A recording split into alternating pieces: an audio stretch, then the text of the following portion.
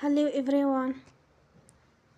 Today we talk about how to fix the app of YouTube Music. We will go to settings, then we click on apps. After that you will search the app YouTube Music and you will click. Then you will on for stop.